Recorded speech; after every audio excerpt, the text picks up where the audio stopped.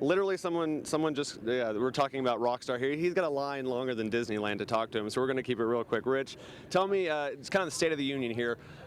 We heard it in the media briefing, but just kind of explain, if you could, a little bit about today's efforts and I don't want to say containment, but the successes that you've had overnight. Well, last night was a good night. It was a busy night. The guys were really busy, and it was a really combined effort.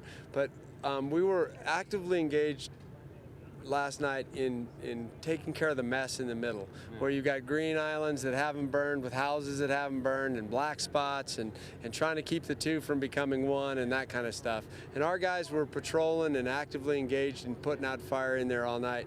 We had great help from the law enforcement. Law enforcement was in there patrolling for a different reason than us, but we were using their eyes, and we received about 40 to 45 calls from law enforcement where they saw flames that were potential problems. Our guys responded to those calls, and about 25% of the time from those calls, they were able to take action which directly has protected homes. They took action based on what they saw from law enforcement, and our guys also keep their eyes out for what the law enforcement needs. So last night was a good night. No structures were lost that we were aware of from the operations last night, and a lot of them were effectively saved. So we felt good about that. We're also able to hold the fire where it was at most of the night. It didn't make any big growth. This map is an infrared picture of the fire as it looked about 2,300 hours last night, 11 o'clock, and this orangish color that you see in a few spots is scattered heat, and this, I don't know, oranger color, darker oranger color is areas of intense heat.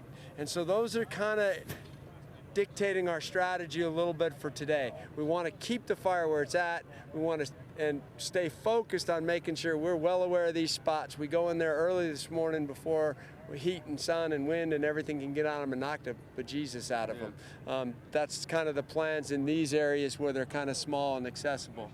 On this side, this is probably one of our bigger concerns, Division Alpha.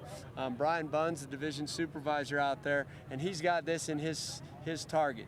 To get in there with a lot of ground troops. Division Alpha in our incident action plan's 2 pages thick of resources. So we got a lot of people coming in here. They're gonna do the house-to-house, road-to-road kind of thing, but they've also got a dozer line that's coming in from about right here that goes up to this high forest, I think they call it, estates, and this dozer line is in. We're gonna reinforce it with the air tankers today, retardant lines, and then we're gonna try and keep this edge kind of locked down and let Brian's folks. Up here you've got Division Delta, and they're also in around these structures with engines trying to hotspot it. So contain this side, hold this side. This is held pretty good. Keep it in patrol, make sure we got no problems in there, and work on this last little bit of heat towards the north. Cautiously optimistic? I know. Way to put words in my mouth, dude. I'm always optimistic, but I'm always cautious too. But yeah, I mean, the weather forecast for today, the thunderstorms this afternoon developing after 1 o'clock can be a real big problem. Strong, gusty, erratic winds.